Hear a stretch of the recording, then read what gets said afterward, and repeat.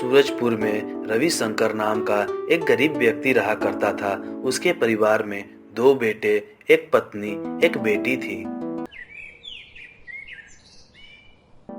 भागवती, बेटी शुभलक्ष्मी का विवाह सर पर आ गया है। घर में एक पैसे भी नहीं है। समझ में नहीं आता है कि बेटी का विवाह किस प्रकार करे। बेटी अमीर की हो या गरीब की, सबकी विवाह हो जाती है जी। आप फिक्र ना करो, हमारे कृष्णा राय महाराज जी बहुत दयालु हैं। विद्वानों को वह बड़ा ही आदर करते हैं। आप उनके पास जाकर सहायता क्यों नहीं मांगते हैं?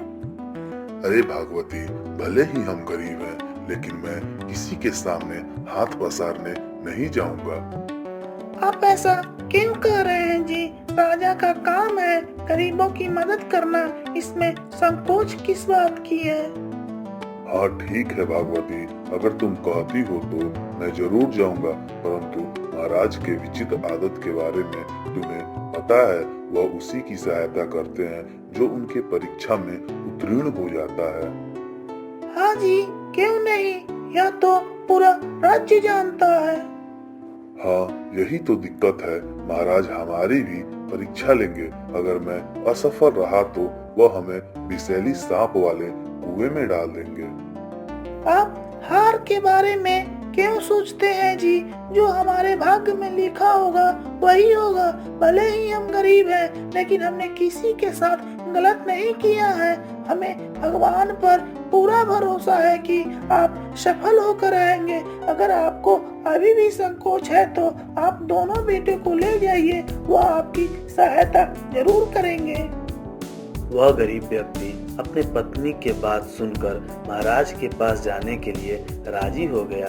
वह दोनों पुत्रों को साथ राजमहल के तरफ चला गया। वह मन मन में ही सोच रहा था कि अरे, आज तक मैंने किसी से 1 रुपए की सहायता नहीं मांगी है।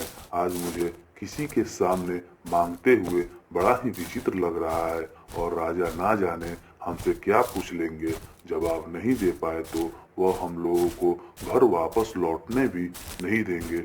वह एक कुएं में डाल देंगे जहाँ विषैली सांप होगा। जल्दी ही वह राज्य महल में पहुंच गया। पहरेदारी आकर राजा को संदेश दिया। महाराज की जय हो। राजमहल के द्वार पर एक निर्धन व्यक्ति अपने 2 बेटों के साथ खड़ा है। वह आपसे मिलना चाहता है। अच्छा, ऐसी बात है। वह गरीब निर्धन व्यक्ति को मेरे पास भेजो। वह गरीब व्यक्ति अपने दोनों बेटों के साथ उपस्थित हुआ और बोला, प्रणाम महाराज जी। हाँ बोलिए, क्या बात है, और आज्ञा कीजिए कि आपका मैं सहायता किस प्रकार कर सकता हूँ। महाराज, हमारी पुत्री का विवाह की तिथि बहुत नजदीक आ गई है। घर में दरिद्रता की वास है, इसलिए आपके पास सहायता मांगने आया हूँ महाराज। हाँ ठीक है, हम सहायता करने के लिए तैयार हैं। आप गरीब व्यक्ति हो, अगर आपकी सहायता नहीं करेंगे तो किसकी करेंगे? लेकिन उससे पहले आपको बुद्धि की परीक्षा में उत्तीर्ण करनी होगी। हाँ जी बिल्कुल महाराज, इसके लिए मैं और मेरे दोनों बेटे तैयार है। कहिए महाराज। आप सबसे बड़े हैं, इसलिए मैं आपको सबसे पहले परीक्षा लूंगा। मैं तुम्हें अधूरी कहानी सुनाता हूँ, तुम्हें उसे पूरा करना होगा। आप कहानी सुनाइए महाराज। तो सुनो, एक राजा था। वह सैन्य कक्षा में लौटा हुआ था। तभी वह अपने सेवक को बुलाता है और कहता है, कुछ समय पहले पूर्व दिशा की ओर एक पक्षी की आवाज सुनाई दे रही थी। जाओ पता लगाओ, आखिर यह पक्षी कौन है। जो आज्ञा महाराज। सेवक बाहर आया और पूर्व दिशा की ओर चला गया। वह मन ही मन सोच रहा था, महाराज भी बड़ी अजीब है। इतनी रात को मैं कैसे पता लगाऊं आखिर वह किस पक्षी की आवाज सुनी थी। क्या ही बोलूं। तभी उसे एक स्त्री की आवाज सुनाई दी। वह गड्ढे के नजदीक पहुंचा जहां से आवाज आ रही थी। तभी वह निहत्थे स्त्री को देखा कि वह खाई में फंसी हुई है, जो कि रो रही है। अरे यह यहाँ पर कैसे फंस गई? हमें जल्दी ही इसे निकालना होगा। तभी वह हाथ पकड़कर बाहर निकाल रहा होता है और फिर कहता है, अरे बहन जी, आप यहाँ पर कैसे फंसी? मैं पहली बार इस गांव में आई थी। अचानक गड्ढे नहीं देखने की वजह से मैं गिर गई। अगर आप नहीं होते तो आज मैं यहीं पर सांस तोड़ देती। चिंता मत करो बहन, मैं एक सेवक हूँ और हमारा सेवा करना काम है, लेकिन मैं अब निकल रहा हूँ क्योंकि मैं दूसरे काम से यहाँ पर आया था। वह वहां से निकल गया। जब वह सेवक महल में पहुंचा तो राजा ने पूछा, क्या कुछ पता चला कि वह कौन सी पक्षी की आवाज थी? नहीं महाराज, क्षमा कीजिए। महल से निकलते ही एक स्त्री की आवाज सुनाई दी और हम उसी को बचाने में लग गए, जिसके वजह से हम उस पक्षी को नहीं खोज पाए। इसके बाद सैनिक ने सारी बात राजा को बताया। राजा को सुनकर क्रोध आ गया और उसने कहा, तुम्हें जिस काम के लिए भेजा था वह पूरा करके नहीं आए और दूसरे के काम में लग गए, इसलिए मैं तुम्हें कारागार में डालता हूँ। ले जाओ इसे। राजा के आदेशानुसार उसे कारागार में डाल दिया गया। तभी अगली रात राजा को पक्षी की आवाज फिर से सुनाई दी। राजा स्वयं उस पक्षी को खोजने के लिए निकल पड़ा। वह उसे दिशा की ओर कुछ ही देर आगे गया था कि तभी वह एक झाड़ी में कुछ लोग दिखाई देते हैं। उस झाड़ी के पीछे गृह प्रतीत हो रहा है। वह उनकी नजदीक गया और बातें सुनने लगा। वहां पर दो लोग मौजूद थे। उनमें से एक कहा, अरे भाई, हमें महल के गुप्त ठिकानों का पता लगाना होगा, तभी हम विजयनगर के राजा को बताकर उनसे उचित इनाम ले सकते हैं। हाँ भाई, तुम ठीक कह रहे हो। हम दोनों मिलकर यह काम को अंजाम देंगे। उन्हें यह सुनकर थोड़ा भी समय नहीं लगा कि वह शत्रु देश विजयनगर के जासूस हैं। राजा ने सोचा, ये तो शत्रु देश विजयनगर के जासूस हैं और यह हमारे महल में गुप्त ठिकानों का पता लगा रहे हैं, जिसके वजह से यह हमारे महल में घुस जाए। मैं इन्हें तुरंत सबक सिखाता हूँ। तभी राजा तलवार लेकर टूट पड़ा, उन दोनों का वध कर दिया और उसी वक्त कारागार में गया और सेवक को कारागार से मुक्त कर दिया और कहा, हम तुम्हें मुक्त करते हैं सेवक। हे निर्धन व्यक्ति, कहानी के अनुसार जब राजा सेवक को दंड दे चुका था, तब भी वह उसे मुक्त क्यों किया? अभी बताता हूँ महाराज, आप मेरी बात सुनिए। राजा ने सेवक को मुक्त करते समय यह कहा था, सैनिक, तुम निर्दोष हो। हम उस पक्षी को पता लगाने कूद गए थे। शत्रु देश के अंडा तो फोड़ सके, मगर उस परिंदे की जानकारी नहीं प्राप्त कर सके। हमें समय और परिस्थितियों को देखते हुए चलना पड़ता है। वही तुमने किया, इसीलिए तुम जाओ, मैं तुम्हें स्वतंत्र करता हूँ। हा हा, निर्धन व्यक्ति, तुम इस परीक्षा में सफल हो। बेटा विजय, अब मैं तुम्हें भी परीक्षा लेना चाहता हूँ। क्या तुम तैयार हो? हाँ महाराज, मैं तैयार हूँ। आप हमारी परीक्षा ले लीजिए। तो सुनो, खेड़ा गांव में मुखिया बहुत ही होशियार था। वह गांव वालों से नए नए और अनोखे सवाल पूछा करता था। उसी गांव में एक लड़का जिसका नाम बिरजू था, वह बहुत ही सूझबूझ से उत्तर दिया करता था। एक दिन मुखिया ने बिरजू से पूछा, अरे बिरजू, तुम ऐसे दो व्यक्तियों को ला सकते हो जिसने एक कभी ना झूठ बोला हो और दूसरे ने सच? हाँ मुखिया जी, हम ला सकते हैं। आप बस मुझे एक दिन का समय दीजिए। ठीक है, जाओ, मैं तुम्हें कल तक का समय देता हूँ। अगले दिन बिरजू मुखिया के पास उपस्थित हुआ। क्या बिरजू, तुम उन लोगों को लेकर आए? जी मुखिया जी। लेकिन तुम्हारे साथ तो सिर्फ एक व्यक्ति दिखाई दे रहा है, दूसरा कहाँ है? क्षमा कीजिए मुखिया जी, आपके प्रश्न के मुताबिक यह दोनों गुण इस व्यक्ति में मौजूद है। कहीं तुम पागल तो नहीं हो गए बिरजू? इतनी कहानी सुनकर राजा ने निर्मल सिंह से कहा, युवक, तुम क्या बता सकते हो कि बिरजू ने अपने बात पर क्यों अड़ा हुआ था? बिरजू ने मुखिया जी से सही कहा था, उसने मुखिया को बताया था। नहीं मुखिया जी, मैं तो सही हूँ, यह व्यक्ति आज तक ना झूठ बोला है ना आज तक सच, क्योंकि यह जन्म से ही गूंगा है। वाह बिरजू वाह, मैं तुम्हारे जवाब से बहुत प्रसन्न हूँ।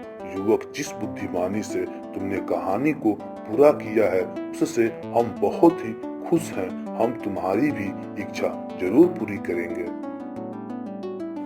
राजा निर्मल सिंह ने दूसरे पुत्र से पूछा, आप युवक, क्या आप परीक्षा के लिए तैयार हो? जी महाराज, मैं बिल्कुल तैयार हूँ, आप प्रश्न तो पूछिए। तो सुनो, मैं उस समय की कथा सुनाता हूँ जिस समय मानव सभ्यता का विकास नहीं हुआ था। एक गांव में जुलाहा रहता था जिसके दो पुत्र थे, जिनके दोनों पुत्र का नाम वीरन और एक चंद्र था। उसकी पत्नी का निधन हो चुका था, इसके लिए पुत्रों की देखभाल उसे ही करना पड़ता था।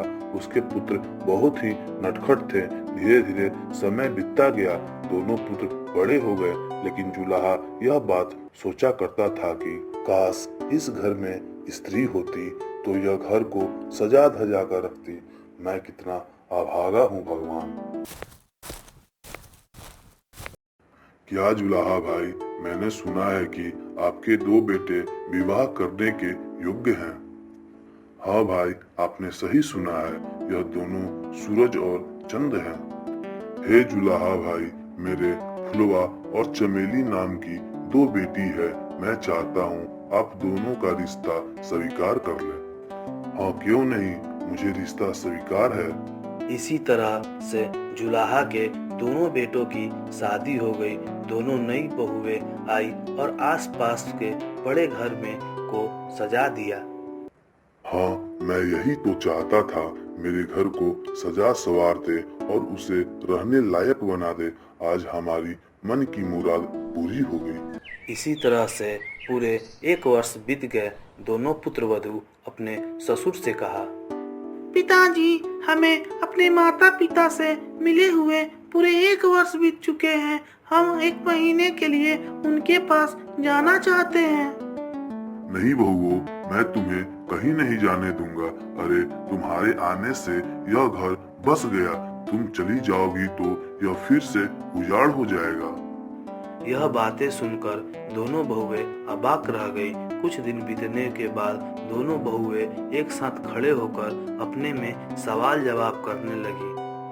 अरे बहन, हमें अपने माता पिता के पास जाने के लिए ससुर जी से पुनः बात करनी चाहिए। कुछ दिन पहले हमने इजाजत मांगी तो थी, उन्होंने साफ मना कर दिया। उनके ससुर उनकी बातें सुन रहे थे और उन्होंने मन ही मन सोचा, मुझे दोनों बहुओं को जाने से रोकना चाहिए। उन्हें अद्भुत और असंभव उपहार लाने को कहूँगा और वह नहीं ला पाएंगी, जिसकी वजह से वह अपने माता पिता के पास कभी यहाँ से नहीं जा पाएंगी। उसने दोनों बहुओं को बुलाया और कहा, तुम अपने मायके जा सकती हो। क्या सच पिताजी? हाँ हाँ बिल्कुल, लेकिन यह हमारी एक शर्त है कि फुलवा तुम्हें अपने मायके से कागज में हवा और तुम्हें चमेली एक वस्तु लानी होगी, जिससे एक वस्तु से 2 वस्तु में परिवर्तन हो जाए। अच्छा पिताजी। दोनों बहुओं ने विचरिता पर ध्यान ही नहीं दिया। लेकिन यह बात तुम जरूर ध्यान रखना, अगर तुम यह दोनों वस्तु नहीं ला पाई तो तुम मायके जाने के लिए सोचना भी मत। ठीक है पिताजी। उसी दिन दोनों बहुएं मायके चली गईं और वह जुलाहा उदास रहने लगा। वह सोचता था कि क्या यह दोनों बहुएं विचित्र उपहार ला सकेंगी? अगर नहीं ला पाई तो यह घर सजा धजा सालों साल रहेगा। दोनों बहुएं मायके में पहुंची। दोनों का बहुत ही अच्छे तरीकों से स्वागत किया गया। मायके में कब 1 महीना बीत गया पता ही नहीं चला। तब फुलवा ने अपने माता से कहा, माँ, हम लोग ससुर जी से 1 महीने का अनुमति लेकर आए थे। अब हमें वापस लौटने का समय हो गया है, परंतु एक समस्या है। मुझे ससुराल में हवा लेकर जानी है, वो भी कागज में। यह क्या कह रही है भला? कोई कागज में हवा लेकर जा सकता है? अरे माँ, मुझे तो एक ऐसा वस्तु ले जाना है जो एक वस्तु से 2 वस्तु में परिवर्तन हो जाए। क्या अनशन तुम बक रही हो तुम दोनों? हम सही कह रहे हैं माँ। अगर हम लोगों ने यह उपहार नहीं ले गए तो मायके हम कभी भी नहीं आ सकते। ओ, ऐसी बात है? हाँ माँ, यही बात है। उस समय तो उपहार के विचित्रा पर ध्यान ही नहीं दिया, लेकिन अब हमें यह महसूस हो रहा है कि हमें बिना सोचे समझे ससुर जी से हाँ नहीं कहनी चाहिए थी। तुम दोनों तो आज मुझे धर्म संकट में डाल दिया। कुछ भी करो माँ, लेकिन हमारी समस्या का हल करो। तुम फिक्र मत करो, मैं तुम्हें प्रधान के पास ले चलती हूँ। वह बहुत ही बुद्धिमान व्यक्ति हैं। वह अवश्य ही हमारी समस्या का हल कर देंगे। तभी वह मते प्रधान के पास पहुंचते हैं। तुम तो यह पूरे गांव के बुद्धिमान व्यक्ति हो। मेरी बेटी का समस्या का तुम ही हल कर सकते हो। दोनों बहुओं ने अपनी समस्या बता दी। फिर प्रधान ने कहा, तुम चिंता मत करो बेटी, ऐसा कौन सा काम है जो इंसान नहीं कर सकता। जल्दी से समस्या का हल कीजिए प्रधान जी, हम पर आपकी बड़ा ही उपकार होगा।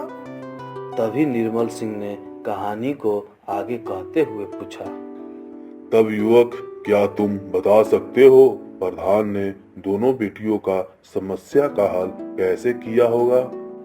माताई प्रधान वाकई में बहुत ज्यादा बुद्धिमान था महाराज। अजीत ने आगे कहा, तो सुनिए महाराज। माताई प्रधान अपने घर के अंदर गया। कुछ ही देर में अपने हाथ में एक पंखा लेकर आया जो कि कागज की बनी हुई थी। तभी वह बोला, यह लो बेटी, यह कागज का पंखा है। यह जैसे ही तुम डोलाओगी इसमें से हवा निकलेगा। जिस प्रकार तुम अपने ससुर जी के लिए कागज का पंखा लेकर जा सकती हो जिसमें कागज में हवा भरा हुआ है। फुलवा ने उस कागज के पंखे को डुला कर देखा। सचमुच में इस कागज में तो ठंडी हवा भरी हुई है मते प्रधान जी। तुम यहाँ पर रुको, मैं तुम्हारे दूसरे समस्या का हल लेकर आता हूँ। मते प्रधान अपने घर में गए। फिर वह कुछ देर में वापस आए और बोले, लो बेटी, शीशे का ऐनक ले लो। जब तुम्हें इसके पास कुछ रखोगी तो वह एक वस्तु से 2 वस्तु में बदल जाएगा। तभी वह बहू अपने चेहरे को देखती है तो वह उसका 1 से 2 में बदल गई होती है। आप बहुत बुद्धिमान हैं। आप हमारी समस्या को चुटकी में हल कर दिए।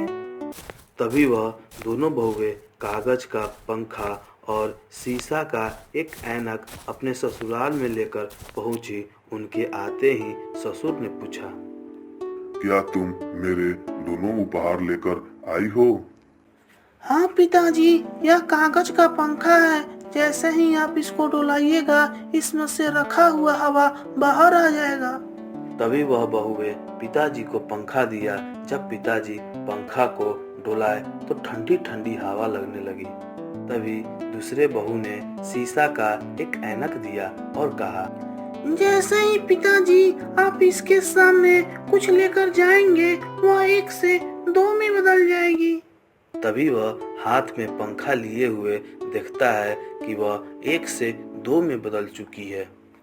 बहुए, तुमने तो बहुत मूल्यवान वस्तु लाई हो, लेकिन इससे मूल्यवान तुम हो, अब तुम जब चाहे तब मायके जा सकती हो। इतनी कहानी कहकर अजीत ने चुप हो गया और महाराजा ने कहा, तुमने भी युवक बहुत अच्छे तरीकों से अधूरी कहानी को पूरा किया। अब मैं तुम लोगों को सारी इच्छा पूरा करूंगा। धन्यवाद महाराज, धन्यवाद। हे निर्धन गरीब व्यक्ति, तुम और तुम्हारे बेटे ने बहुत बुद्धिमानी से उत्तर दिया। मैं तुम्हारी मदद जरूर करूंगा, लेकिन हमारी एक शर्त है। अभी भी कोई शर्त बाकी है महाराज? हाँ, मैं अपने दोनों बेटी का विवाह तुम्हारे दोनों बेटे से कराना चाहता हूँ, यानी कि समधी बनना चाहता हूँ। यह आप क्या कह रहे हैं महाराज? कहाँ राजा भोग, कहाँ गंगू तेली? हा हा हा, मैं बहुत सोच समझकर यह निर्णय लिया हूँ, तुम चिंता मत करो। तभी वह निर्धन परिवार घर चले जाते हैं। कुछ दिन बीतने के बाद राजा अपने दोनों पुत्री का विवाह उस निर्धन व्यक्ति के दोनों बेटे से करा देते हैं।